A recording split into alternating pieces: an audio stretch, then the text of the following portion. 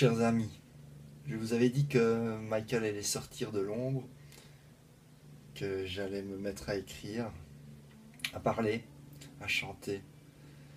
Et donc ça fait quelques mois ici que de belles énergies m'encouragent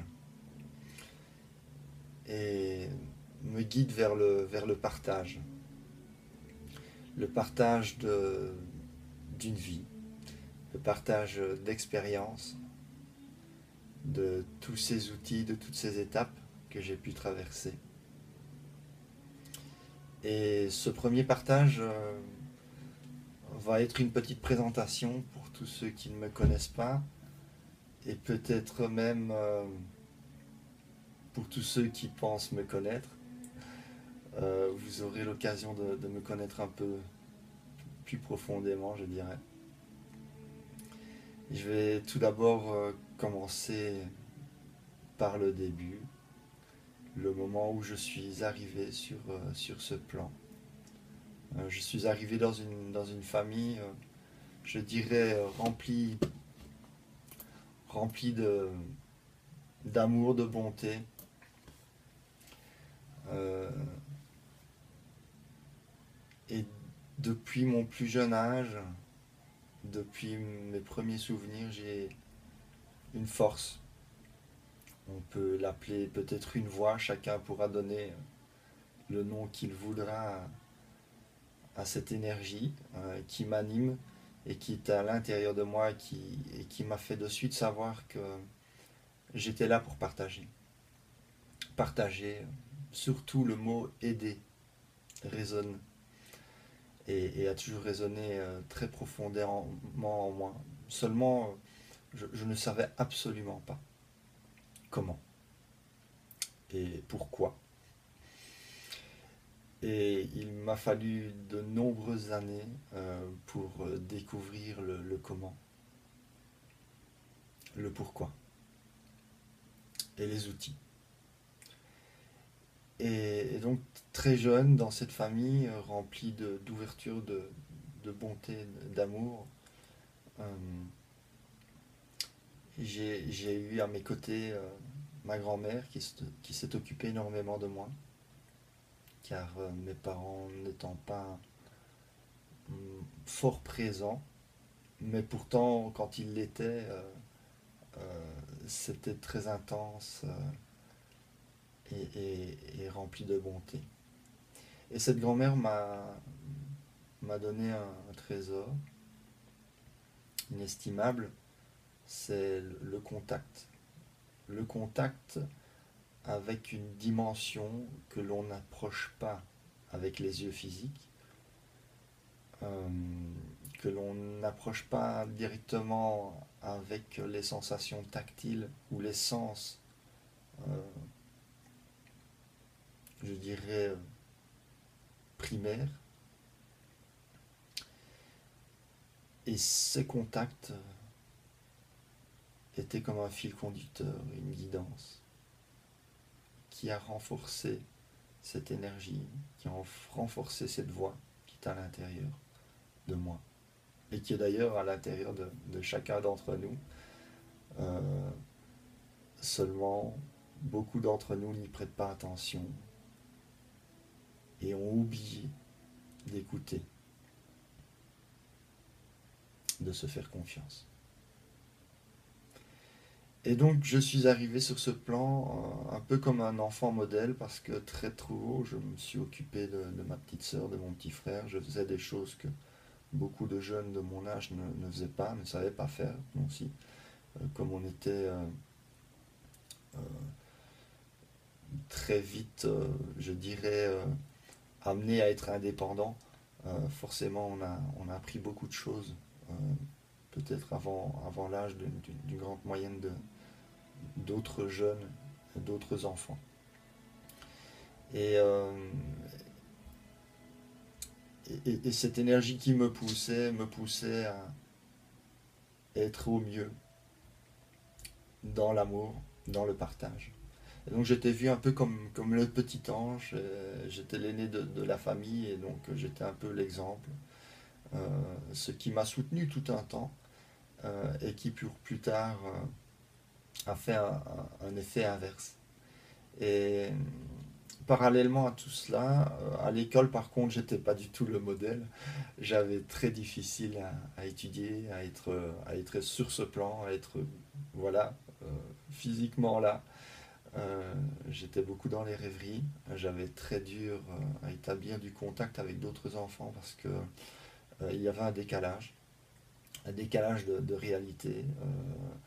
Et donc, j'étais rejeté. J'ai connu vraiment beaucoup de souffrance, de tristesse pendant certaines années où je me suis senti rejeté. Peut-être que certains de mes amis qui m'ont connu jeune ne l'auront peut-être même pas perçu. Et pourtant, je pense que jusqu'à l'âge de mes 10 ans, j'ai eu une grande souffrance. Quand il fallait jouer au football, j'étais le dernier à être choisi. S'il fallait vraiment encore quelqu'un dans l'équipe, par exemple. Et voilà, et des exemples comme ceux-là, il y en a eu plein. Euh, et j'ai été dans les scouts, et là aussi, ça s'est mal passé. Donc il y a eu pas mal euh, d'anecdotes continues qui ont fait que j'ai souffert énormément.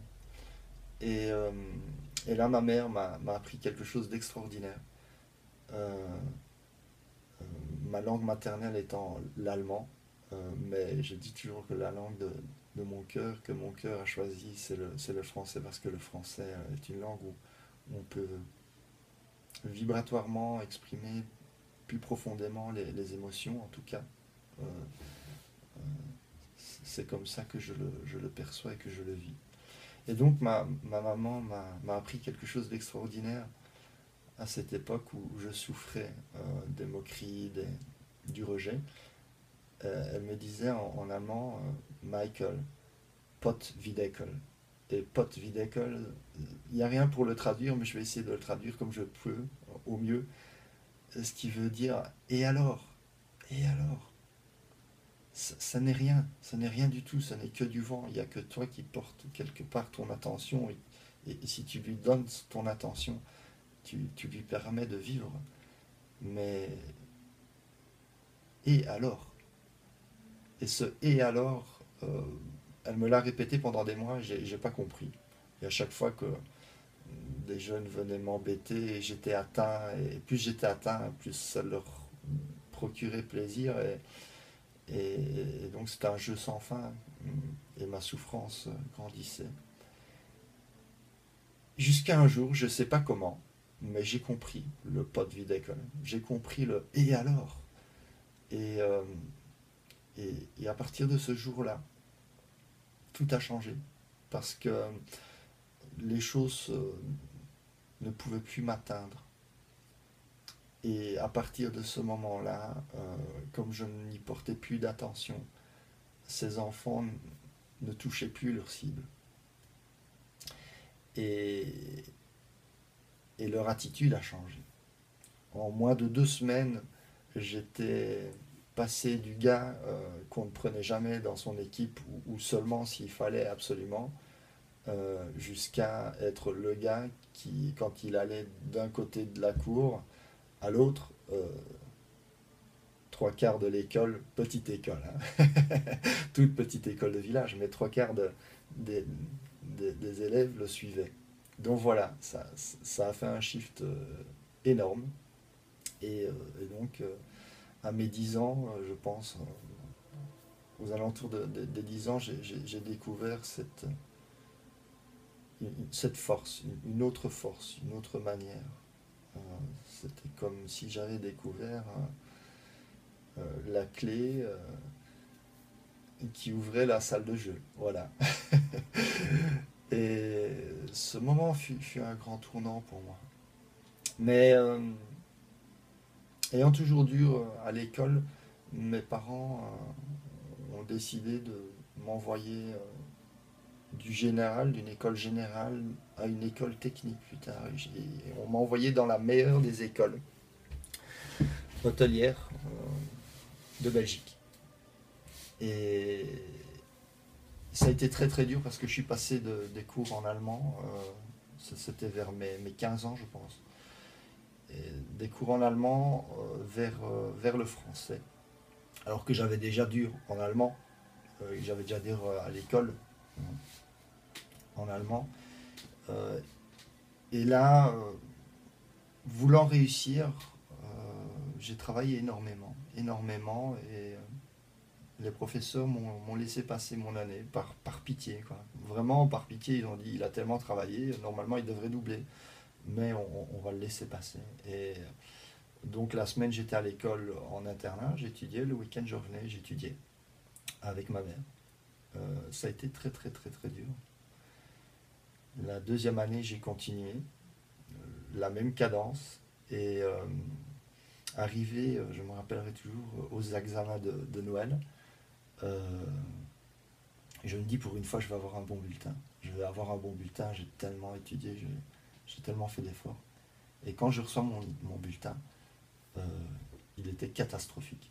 Catastrophique. J'avais plus de 80% d'échecs. Et là j'ai dit, bon, c'est fini. J'abandonne. Et, euh, et comme j'ai eu une éducation de se battre, de toujours chercher le meilleur de soi, de se dépasser continuellement, euh, et j'avais déjà lancé des appels de détresse pour dire c'est pas ma voie, je peux pas continuer comme ça, étudier tout le temps, c'est pas mon truc. Euh, je savais qu'on n'était pas à mon écoute.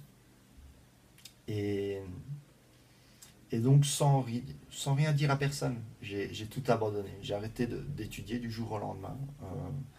J'ai arrêté d'être le petit ange de la famille qui faisait tout. Et j'ai été explorer d'autres horizons. Et donc, je pense que c'est plus ou moins à partir de ce moment-là où je peux dire que l'ange a chuté. Et, et donc, j'ai été explorer à l'extrême, à l'extrême par la suite, je dirais, toutes les parties obscures de ce qu'on peut explorer. Euh, je suis rentré par la suite et j'ai découvert les drogues, toutes sortes de drogues, qui m'ont apporté dans un premier temps énormément de choses très positives, parce qu'elles m'ont ouverte encore plus profondément, elles ont pu me montrer pas mal d'aspects de moi-même, des aspects insoupçonnés, cachés, et par la suite les drogues m'ont détruite aussi, elles m'ont vraiment détruite physiquement, émotionnellement, psychiquement. Et à me dégoûter. J'ai frôlé plusieurs fois euh, la mort, pas juste à cause des drogues, mais à cause de mon tempérament extrême. D'ailleurs, on m'a surnommé toute une époque l'extrémiste. Et ça peut être un cadeau parce on peut aller découvrir quelles sont nos limites, et quelles sont les limites de la vie animée, je vais dire, animée physiquement. Euh, Ça peut avoir cet avantage-là, mais ça a pas mal d'inconvénients. Et si on recherche l'harmonie, ce n'est pas là qu'on va la trouver, quoique c'est un chemin qui peut nous mener vers l'harmonie. Et ça a été mon chemin à moi. Et donc voilà, j'ai connu le fait d'être blessé, le fait d'être blessé, que ce soit physiquement, émotionnellement, le fait d'être trompé. Mais j'ai connu aussi l'autre côté. J'étais le gars qui a trompé. J'étais le gars qui a menti énormément à un certain moment donné parce que quand on rentre dans les drogues plus profondément et qu'on en devient dépendant, euh, il y a tout un tas de trucs qu'on ne veut pas montrer, qu'on veut cacher, par peur de ne pas être compris, par peur d'être rejeté, euh, tout simplement. Voilà, j'ai avancé donc à m'enfoncer. à m'enfoncer, à m'éloigner de moi-même. Et jusqu'au jour où, je ne sais plus, vers 19 ans, 20 ans, je ne sais plus exactement l'âge, euh, où, où j'étais tellement loin de moi-même, tellement en souffrance, je pense même en dépression, euh, oui, certainement une dépression, où j'ai dit voilà, c'est fini. Soit je rentre euh, chez moi, à la maison, et quand je parle du chez moi à la maison, ça n'a rien à voir avec la maison des parents, ça veut dire revenir à moi. Soit je rentre, soit je meurs. Et ma décision de vie était bien plus forte que de vouloir mourir. Et donc, j'ai décidé de revenir. Et pour pouvoir revenir, il s'est passé, on va dire, une synchronicité, c'est que j'ai pris conscience de quelque chose d'énorme dont j'avais pas pris conscience, parce que je m'étais bien trop éloigné de moi-même. Euh, En fait, pour moi, tout ce qui m'était arrivé était toujours la faute du monde extérieur, jusqu'à là. Et j'ai cru que j'avais beaucoup de malchance, que je portais même la poisse par moment. Je pensais que les erreurs, elles étaient toujours ailleurs qu'à l'intérieur de moi, que c'était une destinée qui était comme ça. Jusqu'à ce jour-là où j'ai décidé non. J'ai regardé autour de moi et je me suis dit mais pourquoi est-ce que ça m'arrive à moi et pourquoi est-ce que ça n'arrive pas à d'autres personnes? Pourquoi est-ce que d'autres personnes réussissent là où moi j'échoue? Pourquoi est-ce que d'autres personnes se sentent bien là où je me sens mal? Et par logique, je me suis dit, c'est pas possible. Ils doivent faire différemment. Et la conclusion où j'en suis venu, c'est que je suis 100% responsable de tout ce qui m'arrive. Et voilà une autre prise de conscience qui a changé, transformé ma vie. Parce qu'à partir du moment où on décide et qu'on admet qu'on est 100% responsable de tout ce qui nous arrive, on reprend 100% le pouvoir et le contrôle de notre vie. Parce que c'est à partir de ce moment qu'on peut tout changer.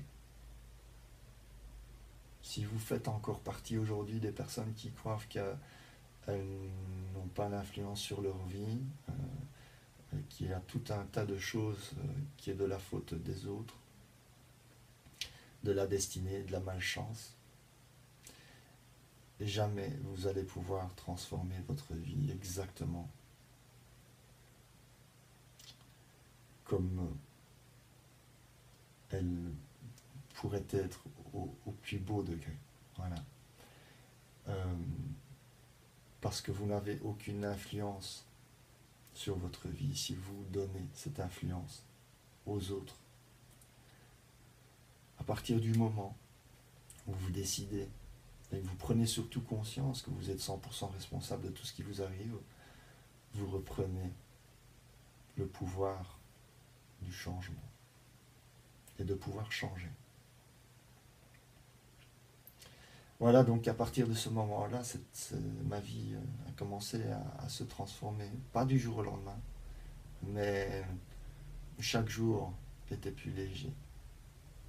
Chaque jour amenait son lot de progrès, de prise de conscience aussi. J'ai progressivement, même par moments radicalement, arrêté de prendre des drogues. Et dans ma logique, euh, si j'arrête quelque chose, il faut que je commence autre chose. Et donc, j'ai commencé à courir. Pendant des années, mon père m'emmenait courir, j'ai jamais aimé ça. Et là, je me suis dit, j'étais aux États-Unis à cette époque-là, et je travaillais là-bas. Et là, je me suis dit, bon, euh, je vais faire comme les Californiens. Tout le monde allait courir là où j'étais, en tout cas trois quarts des personnes. Euh, et donc ça m'a aidé énormément. Et après 2 semaines, j'ai commencé à prendre vraiment du plaisir à aller courir. C'était une méditation. Courir, c'était ma méditation, en plus de toutes les autres pratiques que, que j'avais à l'époque. Voilà.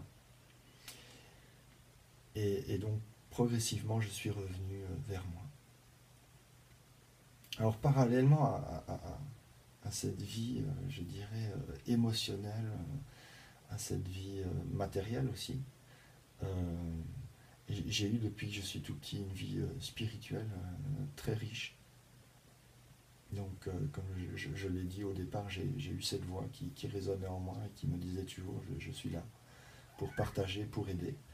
Et puis, euh, et puis tout au long de ma vie, j'ai eu des personnes qui sont venues vers moi, qui un jour se sont manifestées.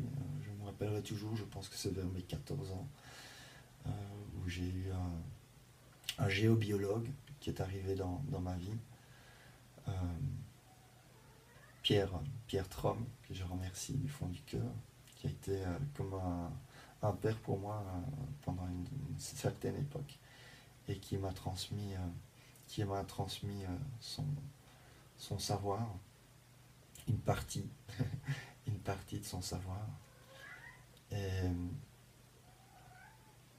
et plus tard, j'ai eu pas mal d'autres personnes qui sont arrivées, comme le docteur, le docteur et baron Lobel, qui, qui est un frère d'âme, qui est arrivé un jour où j'étais responsable d'un complexe hôtelier. Et un bon jour, il est arrivé avec sa femme, son petit chien, euh, dans, dans la brasserie. Il s'est installé, ils ont commandé, et à partir de ce moment, il y a eu une connexion, une reconnaissance incroyable qui s'est faite. Et à partir de ce jour, durant plusieurs années, je ne sais plus, 3 4 ans, je pense bien, peut-être même plus que 4 ans, tous les jours euh, que je travaillais, donc 5, au moins 5 jours sur 7, il arrivait et il venait m'enseigner pendant 1 heure et demie, 2 heures de son temps. Euh, il m'a enseigné la psychologie, la parapsychologie, le domaine énergétique, énormément de choses par rapport aussi un peu sur la médecine, des méthodes de soins, euh, la force de la pensée et les mécanismes de la vie, de l'univers. À partir de ce moment-là, j'ai pris une autre décision. Euh, c'est que j'ai pris la décision de renforcer cette voix. Cette voix qui était là depuis ma naissance, j'ai pris la décision de vraiment en faire ma voix. Je savais depuis que j'étais petit que c'était ma voix, qu'elle m'attendrait et qu'un jour ou l'autre, j'allais euh, plus que suivre cette voie. Mais il m'a fallu un temps pour m'ancrer sur ce chemin. Et donc à partir de ce moment-là, j'ai rencontré énormément de gens dans le domaine, je dirais les passionnés de la vie, les passionnés de la voix, de l'amour aussi, euh, de l'équilibre. Et donc j'ai pris mon bâton de pèlerin et j'ai commencé à expérimenter énormément de choses, à faire beaucoup d'exercices. J'ai commencé à méditer. J'ai commencé à lire aussi parce que j'étais pas du tout quelqu'un qui lisait avant ça. Pour moi, lire, c'était dur, ça prenait beaucoup de temps. Il me fallait parfois un an pour lire un livre. Donc, je vous dis pas. Et donc, j'ai commencé à, à découvrir ma passion, la passion pour la vie, la passion pour la compréhension de la vérité, la passion de l'harmonie, de l'équilibre, du bonheur aussi. Oui. Et, et tout ça a créé un appétit, une soif d'évolution, une soif d'être, une soif de connaissance énorme. Euh, Ce qui m'a donc, oui, fait lire pas mal de livres, fait faire énormément de pratiques, d'exercices. Euh, Ce qui m'a fait rencontrer beaucoup de gens, participer à tout un tas de stages. Euh, et pour la plupart des choses que j'ai apprises à chaque fois que je les apprenais, c'est comme si je connaissais déjà. En fait, c'est un rappel, on se rappelle. Mais oui, je connais ça, ça me semble familier. Un peu comme un déjà-vu, si vous voulez. Et, et tout ça m'a amené un jour à lire un livre que j'ai découvert dans une librairie spécialisée pour tout ce qui est ésotérique, médecine chinoise, thérapeutique. Un livre qui s'appelle Shaktipat. À l'époque, j'étais encore assez, comment dirais-je, bon, il y avait encore pas mal d'ego, je pense. Et le personnage que j'étais, pensait qu'il avait déjà exploré tout ce qu'il pouvait explorer dans le domaine. Et donc, j'étais étonné de tomber sur un nom qui m'était inconnu. C'est une technique spirituelle, j'avais pas encore lu le livre, qui me paraissait inconnu. Et donc, ce petit livre, je l'ai dévoré. Je l'ai dévoré en une nuit, ce qui était pour moi énorme de lire un livre sur une nuit. C'était un petit livre, hein, mais pour moi, voilà, à ma cadence, c'était énorme. Et à la fin de ce livre, je savais pertinemment, je savais profondément que j'avais quelque chose à faire avec ça.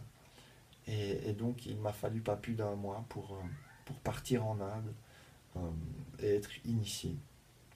Et de vivre à la suite de cette initiation tout un tas de choses. D'ailleurs, vous pouvez lire pas mal de témoignages que j'ai laissés sur un de mes sites, le site infinitelove.lu. Et, et donc,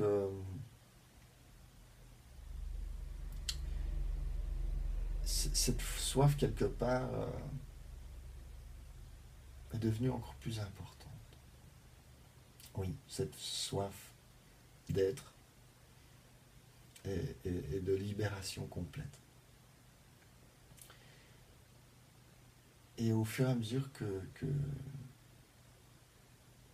j'ai avancé sur cette voie, j'ai pu également me libérer de cette soif. Parce que vous vous retrouvez peut-être aujourd'hui dans ce cas, hein, de progresser sur un chemin et de demander toujours plus, alors que tout est déjà là. Et le jour où on peut ouvrir les yeux et se rendre compte que tout est parfaitement à sa place, que chaque élément est déjà là pour nous enseigner continuellement, qu'on n'a pas besoin de chercher quoi que ce soit, puisque tout est là. Et pourtant, la recherche, peu importe ce que vous cherchez aujourd'hui, vous permettra un jour d'avoir cette compréhension. L'un ne va pas sans l'autre. Le chercheur cherchera toujours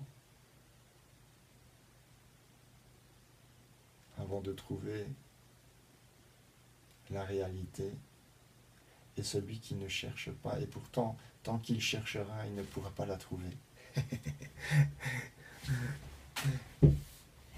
À un moment donné, il faut arrêter de chercher et se rendre compte, surtout, être là. Et vice-versa, celui qui ne cherche jamais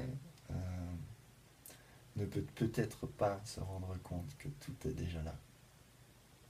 Voilà. Moi, j'ai pas encore rencontré quelqu'un, en tout cas jusqu'à aujourd'hui, qui me dit j'ai jamais cherché. Moi, je savais que tout était là.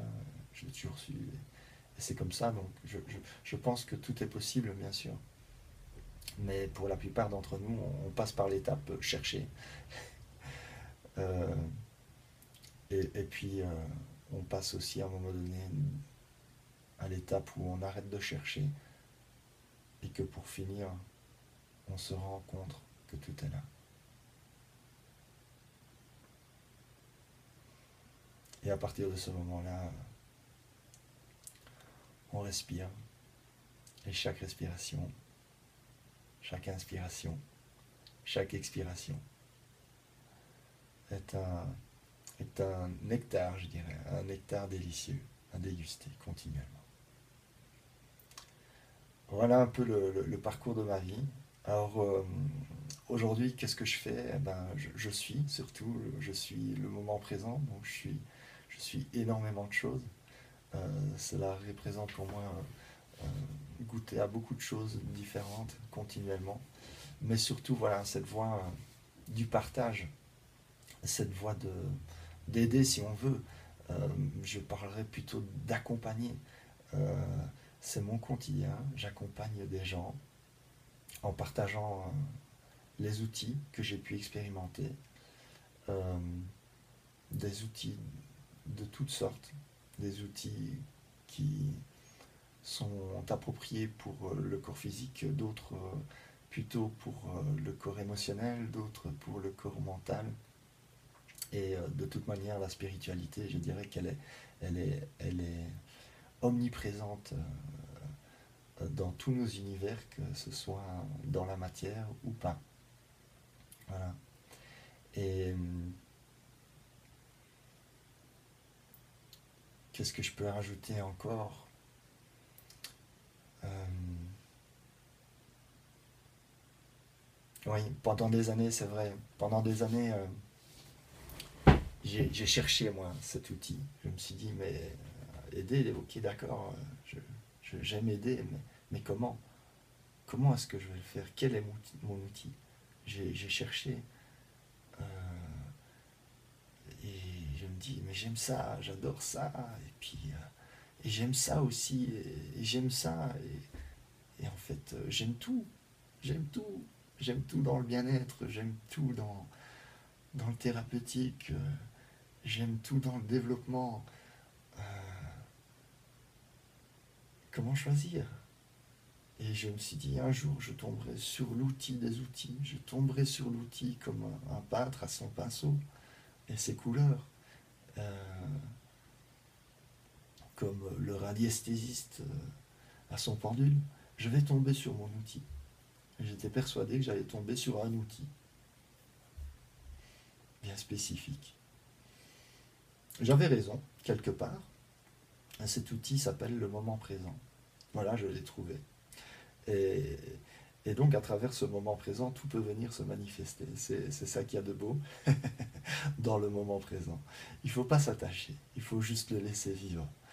Et donc, c'est vrai que par moment, je suis ceci, et par moment, je suis cela. C'est pour cela que beaucoup de personnes me connaissent de beaucoup de manières différentes. Et le fait d'avoir trouvé mon outil est comme un soulagement aussi. Parce que de nouveau, c'est ça qui m'a permis de passer de l'état du chercheur à l'état de celui qui peut se laisser vivre. Alors bien sûr, il y a toujours des challenges qui rentrent dans une vie. On peut décider de vouloir approfondir tel ou tel aspect de la vie.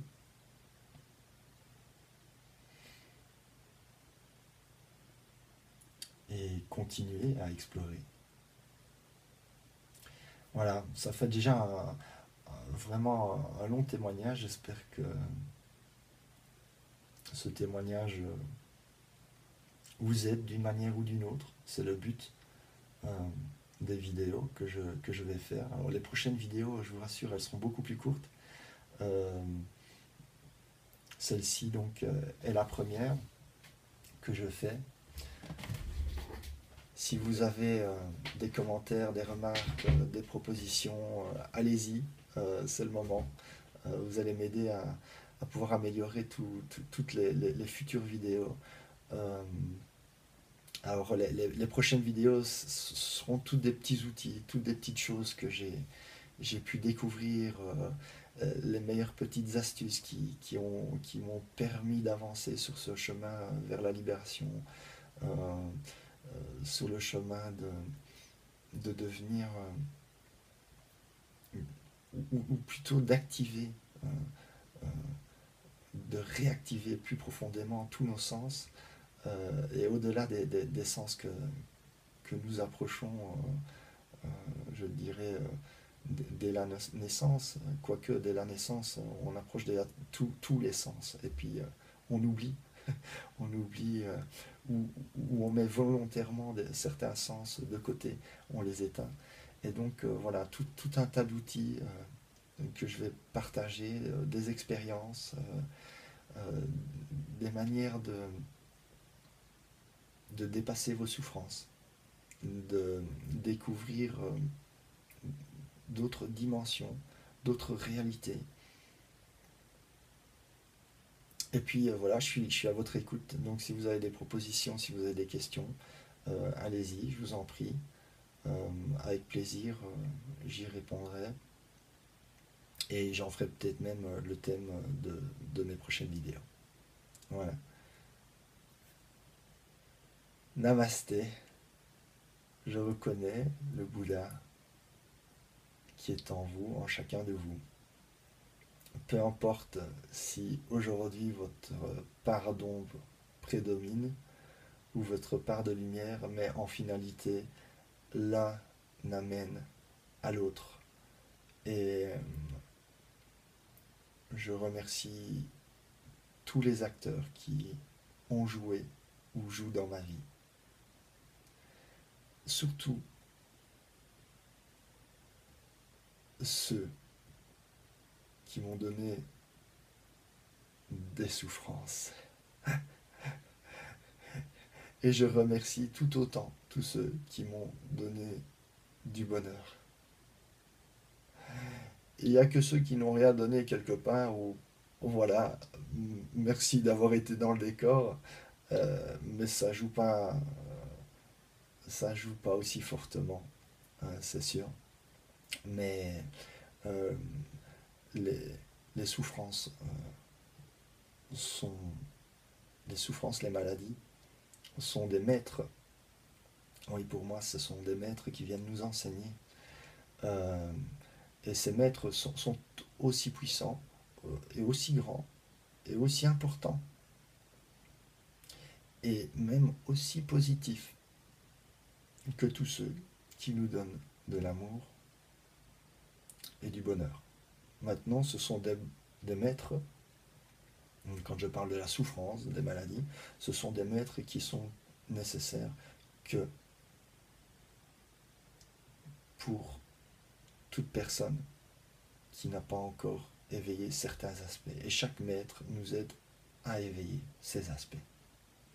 Voilà cette petite conclusion. Donc je vous remercie tous du fond du cœur de me nourrir tous les jours et de me donner toutes ces expériences, toutes ces connaissances.